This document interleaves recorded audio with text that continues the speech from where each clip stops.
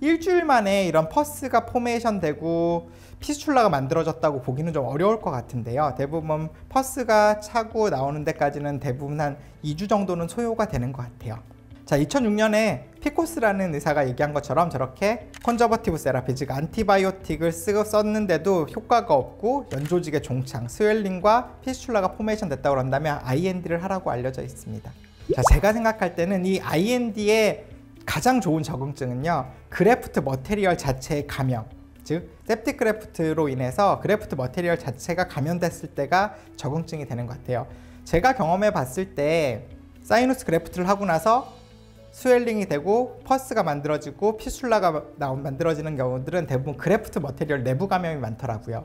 그러면 그래프트 머테리얼 내부 감염을 어떻게 진단할까요? 아래 보시는 것처럼 CT상에서 그래프트 머테리얼 내부에 센터 부위나 그런 부위에 이렇게 레디오 루센트한 리전이 병소가 보입니다. 이렇게 되면 그래프트 머테리얼 내부 감염을 의심해 보는 게 좋을 것 같아요.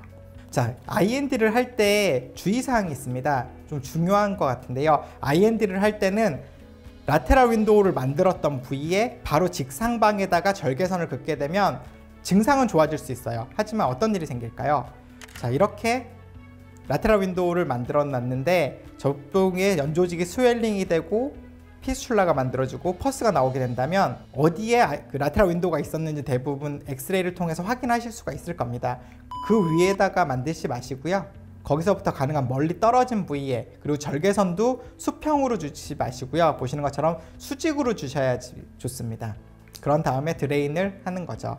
만약에 라테랄 윈도우 위에다가 절개선을 만들게 되면 어떻게 될까요? 증상은 금방 좋아지겠죠. 하지만 저 절개선을 통해서 그래프트 머테리얼들이 다 유출돼 나올 수가 있습니다.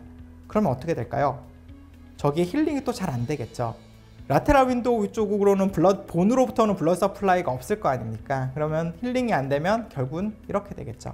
증상은 सब사이드 될지언정 저 부위에 연조직의 힐링이 안 좋기 때문에 증상은 좋아지더라도 저렇게 오로안테랄 피스출라가 만들어지는 처참한 결과를 만들 수 있습니다. 자, 그래서 라테랄 윈도우의 위치를 기억하시고 거기서부터 먼 부위에 만드시는 게 좋겠죠. 비슷한 케이스를 하나 보여드릴게요. 이 환자는 26번의 싱글 임플란트, 아마 사연을 보내주신 원장의 케이스와 유사한 케이스라고 생각을 합니다.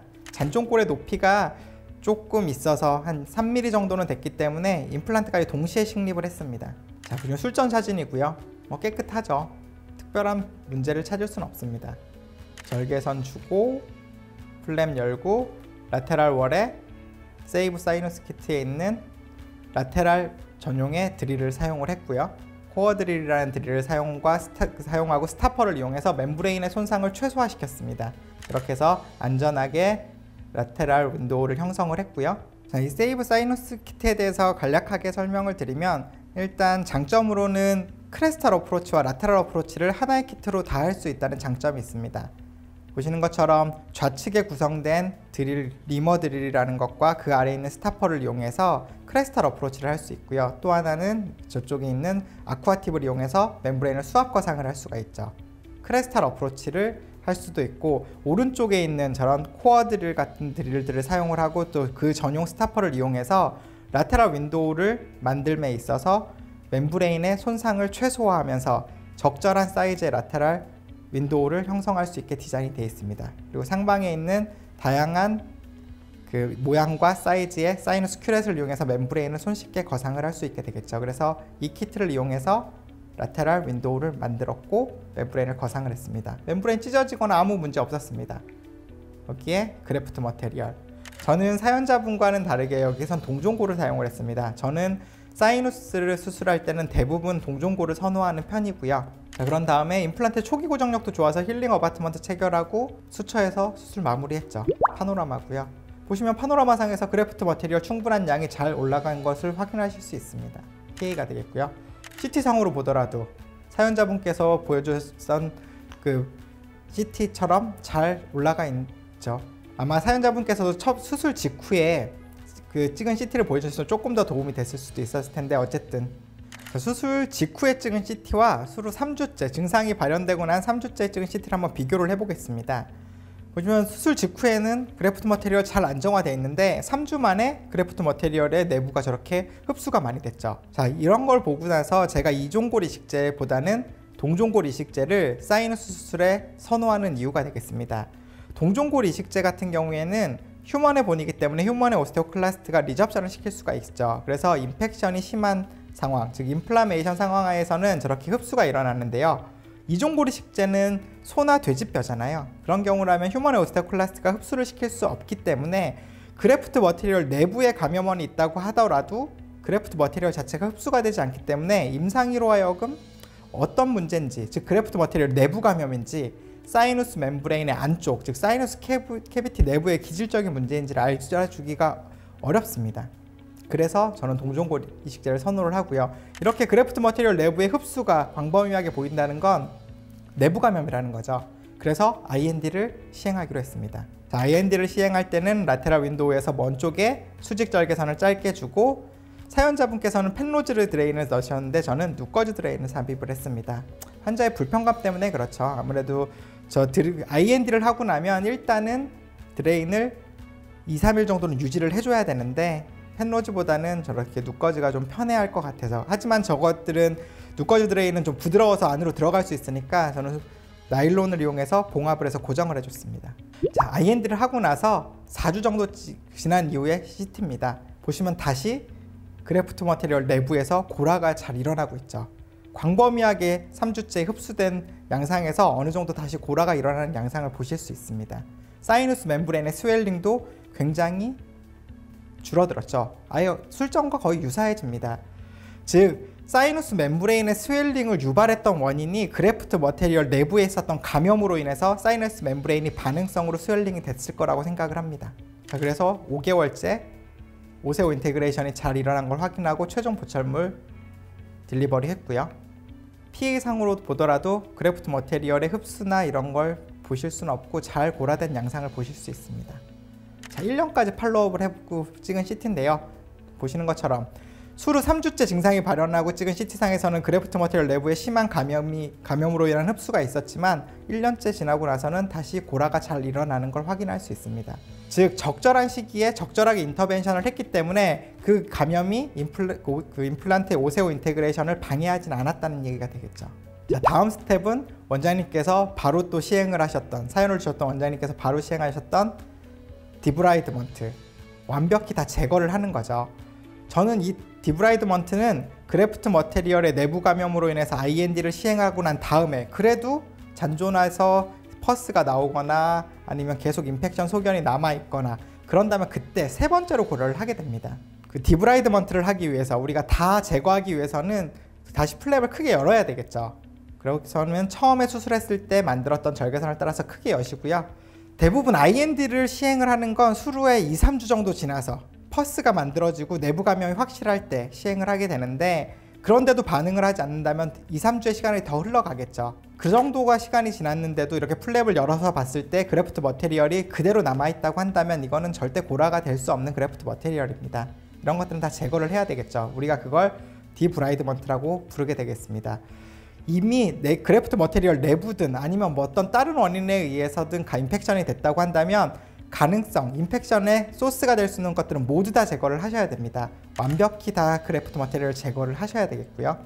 아마 이 케이스가 사연자분께서 보내주신 케이스와 유사한 케이스인데요. 이따가 자세히 다시 한번 설명드리도록 하겠습니다. 그러면 만약에 임플란트를 동시에 심었으면 어떻게 될까요? 그래프트 머티리얼만 제거하고 임플란트 놔두면 될까요? 아닙니다. 임플란트 표면 자체도 다 컨타미네이션이 됐기 때문에 제거하시는 게 좋습니다.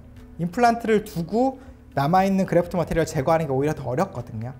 자, 그리고 또 하나 설명드리고 싶은 건, 이러한 만성적으로 그래프트 머티리얼 내부에 있었던 어떤 감염원에 의해서 사이너스 멤브레인 안쪽까지도 어떤 크로닉한 사이노사이티스를 유발을 했을 수도 있습니다. 우리가 그냥 그래프트 머티리얼과 임플란트만 제거할 것이 아니라 그러고 나서 사이너스 멤브레인 하방 그 안쪽을 약간 절개를 해서요, 보면은 저렇게 간혹 퍼스가 흘러나오는 경우가 있거든요. 그렇다면 저기에다가 그냥 둔다고 하더라도 뭔가 해결되지가 않겠죠. 그런다면 저렇게 퍼스가 나오고 한다면 일단은 사이너스 캐비티 내부에 있는 퍼스들 드레인아웃 시켜주고요. 그런 다음에 저는 그 아미노글리코사이드 계통의 브로드한 안티박테리얼 스펙트럼을 가지고 있는 아미노글리코사이드 계통의 항생제를 쌀라인에 믹스해서 내부 쪽을 이리게이션을 해주는 게 좋다고 생각을 합니다. 자, 그러고 나서는 남아있는 혹시 모르는 감염원으로 인한 사이노사이티스의 재발을 막기 위해서 안티박테리얼 커버리지를 해줘야 되겠죠. 즉 안티바이오틱스를 써야 되겠습니다. 아마 비슷한 케이스인 것 같아요. 16번과 17번 부위에 잔종골이 굉장히 적어서 이종골을 이용해서 라테럴 어프로치 사이너스 본그래프팅을 시행을 했습니다. 아래쪽은 임플란트를 식립을 했지만 위쪽에서는 잔종골이 굉장히 적어서 저도 이종골을 이식해서 비슷하게 치료를 했고요. 자, 2주째 약간 피스출라가 만들어지면서 퍼스가 좀 나오더라고요. 그래서 어떻게 했냐면 IND 했습니다. 아까 말씀드린 것처럼 연조직이 부어있고 퍼스가 나온다면 먼저 내부 감염을 의심을 해봐야 되기 때문에 IND를 해봐야 되겠죠. 자, 그런데도 별 효과가 없었어요. 그래서 한 2주 정도 더 안티바이오틱스를 좀 추가를 하고 좀 보는데도 별 문제 효과가 없어서 이제 다시 열어서 다 제거를 하기로 했습니다. 플랩 크게 열고 봤더니 저렇게 이종골 이식제가 그대로 남아있더라고요. 사이누스 안에. 그렇다면 이렇건 더 기다린다고 증상이 해결이 안 되겠죠. 오히려 저런 그래프트 머티리얼 내부에 남아있었던 감염원들로 인해서 사이누스는 더 안 좋아집니다. 그래서 다 제거를 하기로 했고요. 자, 그러고 나서 한 3개월 정도를 기다렸습니다. 자, 이렇게 제거를 하고 나면 어떤 일이 생길까요? 일단은 플랩을 제가 2번 열었죠. 첫 번째 수술할 때 한번 열고 두 번째 또다시 디브라이드먼트를 하기 위해서 또다시 열었습니다. 광범위한 본의 흡수가 또 생기겠죠. 안 그래도 잔종골이 적었는데 더 적어지게 되겠죠. 자, 한 3개월 정도 디브라이드먼트를 하고 3개월 정도 지났더니 연조직은 잘 힐링되고 사이노사이티스의 증상도 해결이 됐어요. 하지만 저렇게 16번 부위에 버컬 쪽에 본의 디펙트, 좀 디피션시가 흡수가 생겼죠. 그래서 플랩 열고 다시 저렇게 대부분 사이누스 멤브레인이 재생된 것과 버컬 쪽 플랩 쪽의 골막 쪽, 즉 오랄 뮤코자 쪽과 어드이전이 되거든요. 그래서 저기 사이누스 멤브레인과 연결된 버컬 쪽 플랩은 샤프하게 다이섹션을 해주고 다시 멤브레인 거상해주고 그래프트를 시행을 해주면 되겠습니다. 자, 그래서 그래프트 시행하고 임플란트 식립하고 저렇게 16번 부위에 있었던 수평적인 결손 부위는 다시 GBR을 좀 시행을 해줬습니다. 그래서 마무리했던 케이스가 되겠고요. 수술 직후 파노라마가 되겠습니다. 아마 사연자분께서 보여줬던 케이스에 대한 해답이 되지 않을까 싶습니다. 자, 이렇게 해도 안 되는 경우가 있어요. 디브라이드먼트를 하고 환자한테 괜찮아질 거라고 얘기를 했는데 그래도 환자의 잔존 증상이 남아있는 경우가 있죠. 이럴 때는 제가 말한 것처럼 우리가 치료할 수 있는 영역을 넘어선 것 같아요. 이 환자가 가지고 있는 기질적인 문제, 즉 사이누스 멤브레인 안쪽의 사이누스 캐비티와 그 사이누스 캐비티에서 먼저 문제가 됐을 때 드레인이 되는 오스티움 자체에 뭔가 문제가 있는 환자라고 생각을 합니다. 그러면 이런 경우를 치료하기 위해서는 대부분 이비인후과 의사들이 선택하는 게 칼두엘룩 서저리와 아니면 엔도스코픽 사이누스 서저리, 이렇게 두 종류가 있는데요. 칼두엘룩은 요즘 잘 안 하시는 것 같아요. 대부분 엔도스코픽 사이누스 서저리를 하시는데 이것도 하시는 분이 있고 잘 안 하시는 분들도 있더라고요. 그래서 내가 사이누스 수술을 하고 컴플리케이션이 생겨서 앞서 말한 메디케이션 그리고 IND 그리고 디브라이드먼트까지 했는데도 반응이 없어서 이비인후과에 의뢰를 하고 싶다고 한다면 이 엔도스콥 사이너스 서저리를 할 수 있는 이비인후과 의사에게 의뢰를 하시는 게 좋습니다. 칼두엘릭 수술은 1800년대에 개발된 수술법인데 조지 칼두엘이라는 사람과 헨리 럭이라는 사람이 하는 방식이에요. 그래서 두 사람의 이름을 합쳐서 칼두엘-룩 수술이라고 얘기를 했는데 근치적인 상악동 제거술이라고 부릅니다. 한국말로. 이 수술은 별로 좋지 않습니다. 일단 칼두엘-룩 수술을 하게 되면 치과 의사 입장에서는 뭐가 안 좋냐면요. 앞서 말씀드린 바와 같이 캐나인 뒤쪽에 라테랄 월과 안테리어 월, 사이너스 캐비티의 라테랄 월과 안테리어 월 사이에 큰 골창을 형성을 합니다. 본이 윈도우를 형성을 하고 멤브레인을 다 제거를 하기 때문에 다음에 치과 의사 입장에서 임플란트를 심을 때 큰 본의 디펙트를 가지고 오거든요. 그래서 우리 입장에서 임플란트 심기가 너무 어렵습니다. 못 심는 경우도 생기고요. 그래서 최근에 이제 이비인후과 선생님들이 많이 하는 게 아까 엔도스코픽 사이너스 수술이라고 말씀을 드렸는데요. 이거에 대한 이론적인 기반은 근대 사이너스 수술의 아버지라고 불리는 이비인후과 의사인 오스트리아의 이비인후과 의사인 월터 메서크리커라는 사람입니다. 이분이 뭐라고 얘기를 했냐면요. 이전에는 우리가 사이누스사이티스가 생기는 원인이 그냥 사이너스 멤브레인의 문제, 기질적인 문제로 인해서 생긴다고 그랬는데 그렇지 않다는 거죠. 사이누스사이티스가 생기는 원인은 사이누스가 네이잘 캐비티 쪽으로 뭔가를 배출해내는 자연 배출구인 오스티움에 문제가 생겼을 때 생긴다는 거죠. 그 오스티움이 막히거나 어떤 뭐 네이잘 뮤코자가 스웰링이 되든 사이누스 멤브레인이 스웰링이 되든 그 스웰링으로 인해서 이 오스티움이 막히게 되면 사이누사이티스가 시작이 된다는 겁니다. 이제 이러한 이 메서크린거의 이론적인 개념을 수술적으로 정립을 하고 임상에 적용을 한 게 케네디라는 사람인데요. 그렇다면 메서크린거가 얘기한 것처럼 오스티움이 막혀서 사이누스에 드레인이 안 된다고 한다면 이 드레인을 잘 시켜줄 수만 있다면 자연 치유가 되지 않을까라고 생각을 하는 거죠. 그래서 개발된 게 엔도스코픽 사이너스 수술이 되겠습니다. 이렇게 되는 건데요. 기존의 칼두엘룩 수술은 인트라오랄 어프로치, 즉 뮤코자에 절개선을 가하고 볼창을 형성을 하고 멤브레인을 다 제거를 했다고 한다면 얘는 그런 게 아니죠. 오스티움만을 확장을 해주는 수술이 되겠습니다. 그래서 우리 치과의사 입장에서는 내가 혹시라도 해놓은 그래프트 사이트, 내가 심어놓은 임플란트에 대해서 그대로 보존을 할 수가 있겠죠. 하지만 칼두엘룩 오피를 하는 이비인후과 선생님이 하시게 되면 어떻게 될까요? 멤브레인을 다 제거하면서 그래프트 머테리얼, 임플란트까지 손상을 받을 수도 있겠죠. 그래서 엔도스코픽 사이너스 수술을 하는 선생님께 의뢰를 드리는 게 좋습니다. 마지막으로 제 케이스 하나를 보여드리도록 하겠습니다. 이 환자 양쪽에 라테럴 어프로치를 통해서 사이너스 그래프트를 하고 임플란트를 동시에 심었습니다. 이렇게요. 수술 중에 특별한 문제 없었고요. 파노라마상에서 보시는 것처럼 멤브레인 잘 거상되고 그래프트 머테리얼 잘 유지돼 있죠. 양쪽을 같은 날 같은 의사가 같은 그래프트 머테리얼과 같은 임플란트를 사용해서 식립을 했죠. 자, 그런데 2주째 이 환자분은 특이하게 왼쪽만 너무 아프대요. 밤에 잠을 못 잘 정도로 아프다고 그래서 아침에 치과 문을 열면 병원에 와서 기다리고 있습니다. 너무 아프고 눈이 빠질 것처럼 아프고, 즉 급성 사이노사이티스죠. 급성 사이노사이티스의 증상은 페인이거든요. 주로 말씀드린 것처럼 초기 급성 단계에서는 가스포밍 박테리아들이 주로 그 도미네이션을 하기 때문에 그로 만들어지는 가스로 인해서 압력이 세지겠죠. 조직압이 세지기 때문에 통증이 심합니다. 자, 그래서 저기서 보시는 것처럼 사랑니를 뽑아봤어요. 사랑니 때문에 그쪽에 에이피칼에 리전이 있어서 감염이 됐나? 아까 사연을 주셨던 분 원장님께서도 17번 부위가 의심되지 않냐고 말씀을 하셨잖아요. 이 환자는 사랑니가 의심돼서 사랑니를 뽑아봤어요. 그런데도 별 차도가 없더라고요. 그런데 인트라오랄 피스출라나 진지바의 스웰링이나 아니면 퍼스가 나오진 않아요. 2주 정도째는 아직까지는 퍼스가 만들어지진 않는 것 같습니다. 제 경험상으로는. 자, 그런데 헤지니스가 보이죠. 그래서 급성 사이노사이티스겠지 하고 첫 번째 세라피, 즉 안티바이오틱 메디케이션을 시행을 했습니다. 일주일을 기다렸는데 똑같아요. 환자가 일주일 동안 너무너무 고통스럽다고 그러고, 하지만 진지바 스웰링은 없어요. 임플란트 쪽으로 뭔가 퍼스가 나오거나 그러진 않아서 제가 환자의 손을 직접 잡고 이비인후과를 데려갔습니다. 엔도스코피 사이너스 서저리를 할 수 있는 이비인후과 선생님한테 데리고 간 거죠. 저도 너무 답답했거든요. 이게 도대체 뭐가 문제지? 그래서 이비인후과 선생님께서 이것저것 검사를 해보시더니 우리가 볼 수 없는 네이잘 septal의 데비에이션, 즉 비중격 망곡이 있었던 환자예요. 이 환자는 어렸을 때 다친 그 코뼈의 손상으로 인해서 비중격이 왼쪽으로 틀어져 있는 거죠. 비중격이 왼쪽으로 틀어져 있으면 어떻게 될까요?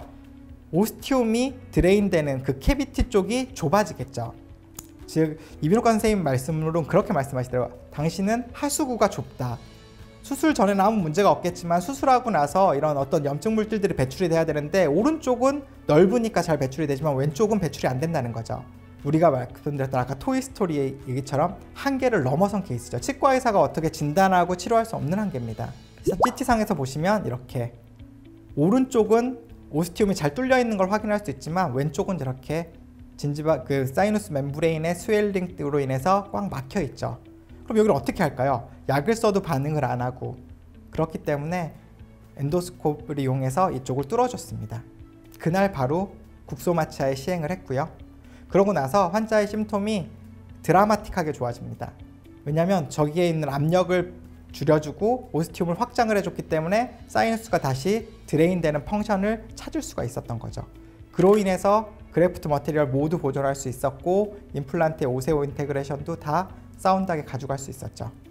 술전, 수술 직후 2주째 증상이 발현이 되고 3주째까지 메디케이션을 했는데 효과가 없어서 엔도스코프 사이너스 서저리를 하고 8주째 증상이 호전된 양상을 보실 수 있습니다. 임플란트 다 사운드 했고요.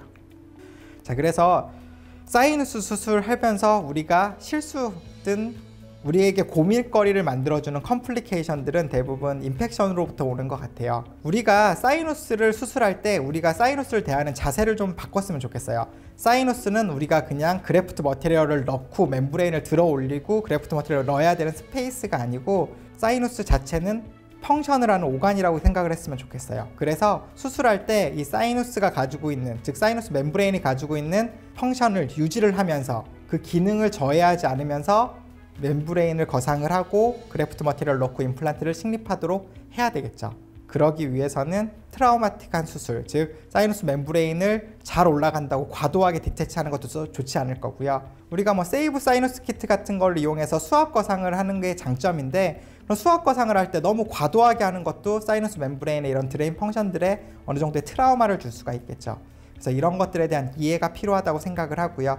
또한 컴플리케이션이 생겼을 때도 이 사이너스 멤브레인의 드레인 펑션을 어떻게 하면 유지해 줄 수 있을지, 처음엔 약을 써보고 아니면 오스티움이 막혔거나 네이절 뮤코자가 시크닝 됐다고 생각된다면 그쪽에 있는 스웰링을 줄여줄 수 있는 약 같은 것들을 써보고, 그런 상태에서 진행이 되다가 아니면 그래프트 머티리얼의 내부 감염이 확실하다고 해서 진지바가 스웰링이 되고 피스출라가 만들어졌다고 하면 IND도 고려해보고, 그래도 반응을 하지 않으면 다 제거하는 것도 고려해보고, 그래도 좋아지지 않는다고 한다면 그때는 이비인후과 의사에게 의뢰하는 방식으로 프로토콜을 잡고 계신다면 우리가 이 사이너스에 대한 고민이 생겼을 때 단계를 밟아가 보면서 고민을 해결해 볼 수 있지 않을까 생각을 합니다. 오늘 두 번째 시간에서는 사이너스 수술 중 발생한 실수 사례에 대해 고민 사연을 들어보았습니다. 오늘 제가 전달드린 솔루션을 통해서 많은 분들께서 조금이나마 도움이 되셨으면 좋겠습니다. 다음 시간에는 GBR 중 겪었던 실수 사례에 대해서 고민 해결을 해보는 시간을 가져보겠습니다. 평소 GBR 수술을 하면서 갖고 있던 고민이나 실수 사례에 대해서 케이스 접수를 해주시면 함께 솔루션을 찾아보는 시간을 갖겠습니다. 그럼 다음 시간에 뵙도록 하겠습니다. 이상 김용진 원장이었습니다. 감사합니다.